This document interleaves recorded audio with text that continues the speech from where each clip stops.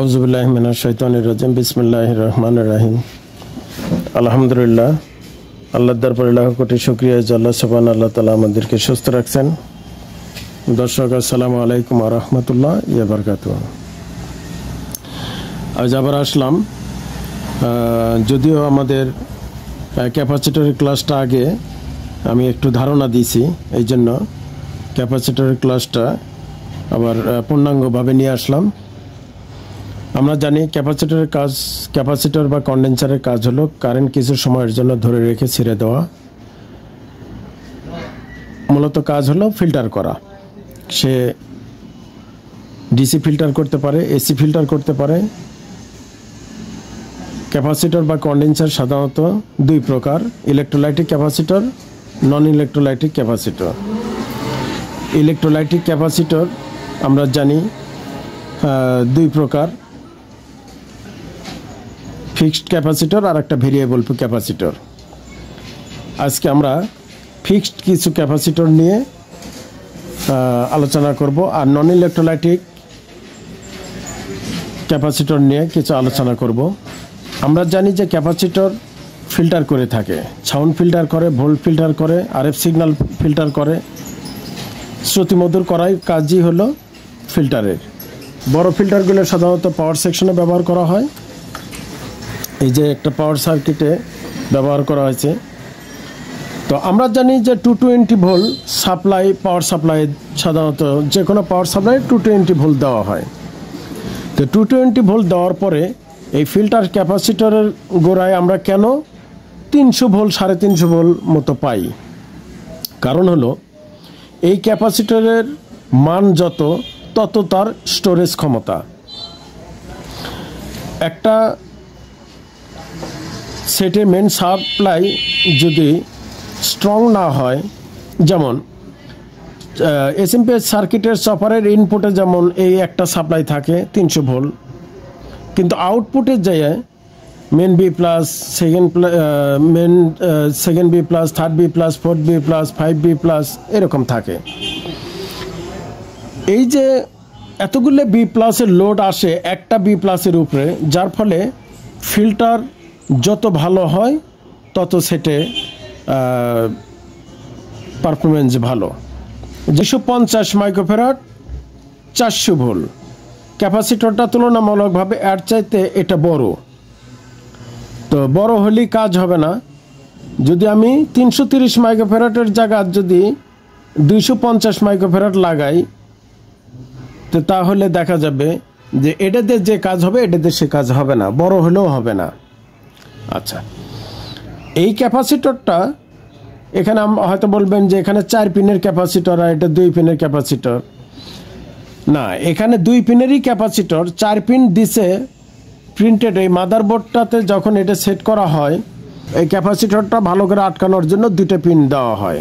হ্যাঁ, যেটাতে ক্যাপাসিটর 3 পিনই মূলত 3 পিনতেই কাজ দেখায়, শো করে, তাহলে ওই পিনটা, ওই ক্যাপাসিটরটা, বিশেষ করে নন ইলেকট্রোলাইটিক ক্যাপাসিটর এরকম হয় যে এক ক্যাপাসিটরের মধ্যে, এই যে এরকম এক ক্যাপাসিটরের মধ্যে 2 ক্যাপাসিটর আছে। যেমন বিশেষ করে এমন সেট আছে যে মোটরটা লেফটে ঘুরাইতে হয় একবার, রাইটে ঘুরাইতে হয় একবার। তো সেটা যেমন ওয়াশিং মেশিনের মোটর একবার লেফটে ঘুরে, একবার রাইটে ঘুরে। তো ওখানে 3 পিনের ক্যাপাসিটর ব্যবহার করে থাকে। তো আমরা এই জন্য পিন যতই থাকুক, আমরা তো ক্যাপাসিটর মেপে বের করতে পারি যে কোনটা আসলে ক্যাপাসিটর, কোনটা পিএফ, এটা সবই জানি। তো ক্যাপাসিটর ভালো অবস্থায় আমরা পূর্বেই জানি যে ভালো অবস্থায় মিটারে শো করে নেমে যাবে, অর্থাৎ চার্জ নিয়ে ডিসচার্জ করবে।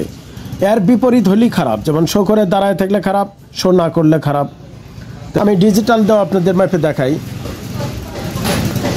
এটা ওমসে রাখলেন, রাখার পর আমরা ওমসে রাখবো, রেখে ক্যাপাসিটরটা, এই ধরনের বড় ধরনের কোনো ক্যাপাসিটর আমরা যেহেতু সার্কিট থেকে এটা খুলছি, যদি এটা চার্জ থাকে তাহলে আমার মিটারটা নষ্ট হয়ে যেতে পারে। এই জন্য 230 অথবা 330 অথবা 150 ওহমস এই ধরনের একটা বেশি ওয়াটের একটা রেজিস্টর নেবেন, 2 ওয়াট 3 ওয়াট 5 ওয়াট, সেটা দিয়ে ডিসচার্জ করে নেবেন। আগে এরকম ডিসচার্জ করে নেবেন, তারপরে এইভাবে ডিসচার্জ করে নেবেন। ডিসচার্জ করে নিয়ে তারপরে আপনি মিটারে দিবেন, কারণ মিটারের রিডিংটা স্কেলটা নষ্ট হয়ে যাবে, অ্যানালগই হোক ডিজিটালি হোক নষ্ট হয়ে যাবে। এখন আমরা দেখি যে কোনো পিনে ধরেন চার্জ করে ডিসচার্জ করবে, এটি তো শর্ত ছিল। আচ্ছা, এইদিকে চার্জ নাই, এই যে চার্জ নিয়ে ডিসচার্জ হয়ে যাচ্ছে। তো যদি অ্যানালগে দেখি, অ্যানালগেটা জিনিসটা একটু ভালো বোঝা যায়। আমরা দেখলাম এটা শো করে এই যে আস্তে আস্তে ডিসচার্জ করতেছে। আবার উল্টায় দেন, আবার চার্জ নিয়ে আবার ডিসচার্জ করবে। যাই হোক, এটা আমরা পূর্বেও দেখছি। তো এটা আজকে বিষয় না, বিষয়টা হলো, মূল সাবজেক্ট হলো এই ক্যাপাসিটর আমরা কোথায় ব্যবহার করব, এত বড় ক্যাপাসিটর কেন? প্রত্যেকটা গাছের গোড়া যেরকম শক্তিশালী লাগে, এই জন্য প্রত্যেকটা পাওয়ার সাপ্লাইয়ের পাওয়ারটাও এরকম শক্তিশালী লাগে। ওইদিকে যে যখন এটা একটা পাওয়ার থেকে পরবর্তীতে 5টা পাওয়ার বের হবে, এই 5টা পাওয়ারের 5টা কাজ, আবার 5টা পাওয়ার যখন আরও 5টা 10টা করে কাজ করবে, তখন অনেকগুলো মাথা হবে, যার ফলে তো গোড়াটা খুব মজবুত দরকার। সাপোজ এখানে আছে ওই 330 মাইক্রোফ্যারাড 450 ভোল্ট, এই ক্যাপাসিটরটা দুটা কাজ করতেছে। তার স্টোরেজ ক্ষমতা হলো 450। আমি 220 ভোল্ট সাপ্লাই দিছি এসি, ফিল্টার ছাড়া ওই টিভিটা আমি চালু করি, চলবে, কিন্তু ছবিটা 220 ভোল্টই নিয়ে ছবিটা বাঁকা তারা এরকম দুলতে থাকবে, কারণ এই ক্যাপাসিটরটা নাই, অর্থাৎ ফিল্টার হচ্ছে না, ওই ভোল্টটা ফিল্টার হচ্ছে না। যখন আমি এই ফিল্টার ক্যাপাসিটর লাগাবো কনস্ট্যান্ট ওই রকমই থাকবে। যখনই এই ফিল্টার কাজ করবে না, তখন ছবিতে প্রবলেম আসবে, সাউন্ড আটকে যাবে। তো এই মেল ফিল্টারের কাজ এটা। আর এখানে সতর্কতা সেটা হলো, আমরা যখনই মাদারবোর্ডে কাজ করব, মাদারবোর্ডটা ডিসচার্জ করে নিব, যেটাতে আমি বললাম এই যে 330 ওহমস বা 220 ওহমস বা 100 ওহমসের রেজিস্টর, যা হাতের কাছে যদি আপনার রেজিস্টর না থাকে, তাহলে তাতাল বা সোল্ডার আয়রিংয়ের ফ্লাগ দিয়েও ডিসচার্জ করতে পারেন, কারণ ওর ভিতরেও 200 ওহমসের কয়েল আছে। আচ্ছা, এটা গেল।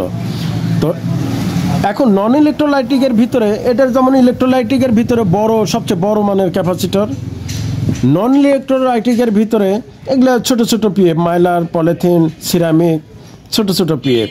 কিন্তু বেশি ভোল্টের পিএফগুলো, বড় পিএফগুলো কি কাজ করা হয়, যে বড় পিএফগুলো এগুলো বুস্ট করার কাজে ব্যবহার হয়। যেমন ইয়ক কয়েল ডিফ্লেকশন করার কাজে এর ভূমিকা যথেষ্ট। যদি খারাপ থাকে, ইয়ক কয়েল ডিফ্লেকশন হবে না, অ্যাম্পলিফাই হবে না, বা প্রসারিত ছবি হবে না। অথবা দেখা যায় বুস্টার ক্যাপাসিটর খারাপ হলে আমার হরিজন্টাল আউটপুট খারাপ হয়ে যাবে, ফ্লাইব্যাক খারাপ হয়ে যাবে। এগুলো আমরা পরে আসবো, ক্লাসটা জটিল করতে চাচ্ছি না। তো এখন এই যে এখানে আছে যেমন 47 মাইক্রোফ্যারাড 250 ভোল্ট, এটা বুঝলাম 450 ভোল্ট, আবার এটা 250 ভোল্ট। তো এটা হলো টিভির মেন পাওয়ার সাপ্লাইয়ের পরবর্তীতে চপারের আউটপুটে যে আরও কয়টা ভোল্টেজ আছে, যেমন 5টা ভোল্টেজ, অর্থাৎ main B plus, second B plus, third B plus, fourth B plus. আমি অবশ্য একটা ক্লাসের শেষে আলোচনা করছিলাম, আবার বলি। মেন বি প্লাসটা 115 ভোল্ট, সেকেন্ড বি প্লাসটা 30 ভোল্ট, থার্ড বি প্লাসটা 18 ভোল্ট, ফোর্থ বি প্লাসটা 12 ভোল্ট। তারই মেন বি প্লাস, এটা তো হলো একদম সর্বোচ্চ মেন বি প্লাস, সে ইনপুটে। সেকেন্ড চপারের আউটপুটে যে মেন বি প্লাস, সেটার আবার ফিল্টার করছে। আর এমএফডি কম, কার্যক্ষমতা কম, কিন্তু স্টোরেজ ক্ষমতা বেশি, 250 পর্যন্ত। যেহেতু 110 ভোল্ট 130 ভোল্ট, সেখানে 250 ভোল্ট দিছে, যাতে ক্যাপাসিটরটা খারাপ না হয়। এটা আমরা সেকেন্ডারিতে ক্লাসে আসব। কিন্তু এটা মিটার চেকিং পদ্ধতি। দেখেন, আমরা ক্যাপাসিটর যে কোনো পার্টস মাপার সময় একটা পিন ধরে রাখতে পারি ধরার সুবিধার্থে, আর একটাতে হাত লাগাবো না। এই যে কোনো সেটের এমএফডি যত হবে অর্থাৎ মাইক্রোফ্যারাড যত হবে তত সে চার্জ ক্ষমতা নিবে, এই যে তত স্লো আসবে, চার্জ ক্ষমতা বেশি রাখবে, বেশিক্ষণ ধরে রাখতে পারবে, আর যত কম হবে দ্রুত চলে যাবে। আচ্ছা, নন ইলেকট্রোলাইটিকের ক্ষেত্রেও এই দেখেন এই যে শো করে নেমে গেল, যেহেতু এগুলার অর্থাৎ 1 মাইক্রোফ্যারাডেরও কম, 1 মাইক্রোফ্যারাড 1 মাইক্রোফ্যারাডেরও কম, যার ফলে এর ডিসচার্জ ক্ষমতা, চার্জ ক্ষমতা খুবই কম। আমরা দেখব বিভিন্ন কোম্পানির ব্লক ডায়াগ্রাম। যেমন আমরা যদি ইলেকট্রোলাইটিকের একটা ব্লক ডায়াগ্রাম এখানে করি, তো এরকম টেস্ট বার দেবে, এটা হলো সাদা অংশ, এটা কালো অংশ, এই যে তাতে এটা হলো নেগেটিভ, এটা হলো পজিটিভ মার্ক। আমি যদি এই কোম্পানির নির্দিষ্ট মার্ক করে দিয়ে রাখছি, তারপরেও যদি দেখা গেল পজিটিভটা নেগেটিভে দিলাম, নেগেটিভটা পজিটিভে দিলাম, টিপিটা অন করলাম, সঙ্গে সঙ্গে ফাটবে না, আস্তে আস্তে আস্তে আস্তে ওই ক্যাপাসিটরের কি স্টোরেজ ক্ষমতা যা আছে ততটুক পর্যন্ত সে সহ্য ক্ষমতা ধরে রাখবে, রাখার পর উল্টা যেহেতু হয়েছে গরম হতে হতে হতে হতে বাস্ট হয়ে যাবে, ফুলে উঠতে উঠতে বাস্ট হয়ে যাবে। এই জন্য এই ক্যাপাসিটরটা যে ফুলে বাস্ট হতে পারে কোম্পানি এটা জানে, এবং মানুষের যাতে ক্ষতি না হয়, সেটের যাতে ক্ষতি না হয়, এই জন্য আংশিক বাস্ট হওয়ার জন্যই কেটেই রাখে। এখানে আস্তে করে ফুটে ফাঁকা হয়ে গ্যাসটা বের হয়ে যাবে, ডিসকানেক্ট হয়ে যাবে। এই যে ক্যাপাসিটরগুলো এরকম কাটা দেওয়া আছে যাতে ইজিলি বাস্ট হতে পারে। এই জন্য আমরা ক্যাপাসিটরটা যখন লাগাবো তখন আমরা নেগেটিভ পজিটিভটা মার্ক করব। যেমন এটা একটা বড় ক্যাপাসিটর, এটার এরকম আছে এই যে সাদা অংশটা, অথবা এরকম চুন করা থাকবে কালো অংশ, এটা কালো অংশ থাকলো বা এরকম, যাই হোক। তো এই যে এই সাইডের যে পিনটা আর এই সাইডের যে পিনটা, এটা হলো পজিটিভ, এটা হলো নেগেটিভ। সাবধান, আমরা পজিটিভের জায়গা যদি নেগেটিভ লাগাই, নেগেটিভের জায়গা পজিটিভ লাগাই, আর ওই অবস্থায় সার্কিট খোলা অবস্থায় যদি আমি কাজ করতে থাকি, তাহলে এর ভিতরে এটা বাস্ট হয়ে এর ভিতরে ইলেকট্রোলাইটিক অ্যাসিড জাতীয় জিনিস আছে, ইলেকট্রোলাইটিক আমার চোখে মুখে লাগে চোখ নষ্ট হয়ে যেতে পারে, বড় ধরনের ক্ষতি হতে পারে। এই জন্য আমি এটাই বলবো যে আমরা ক্যাপাসিটরটা লাগানোর সময় খুব সতর্ক সহিত লাগাই। ক্যাপাসিটর উল্টা হলে বিরাট ধরনের সমস্যা। বেশিরভাগ যেটা স্টোরেজ ক্ষমতা বেশি তাকে তো উল্টা করাই যাবে না, করলে কি হবে, আমি যদি ভুলবশত উল্টাও করি, করে সেট যদি লাগায় আমি বন্ধ করে যদি চালাই, তাহলে কি হবে, এই ক্যাপাসিটরটা যেখানে দাঁড়ায় আছে এর উপরে আছে সিআরটি ক্যাথোড রে টিউবের গান, এই ক্যাপ সহ যদি মানে বাস্ট হয়ে চটকে উঠে এত জোরে লাগবে যে গান সার্কিট সিআরটির গানটা ভেঙে যাবে, বড় ধরনের ক্ষতি হয়ে যায়। যাতে আর ক্যাপ না উঠতে পারে এই জন্য কেটে দেওয়া হয় যাতে সিআরটি ক্যাথোড রে টিউবের গান নষ্ট না হয় বা মানুষের ক্ষতি না হয়, এই জন্য। আর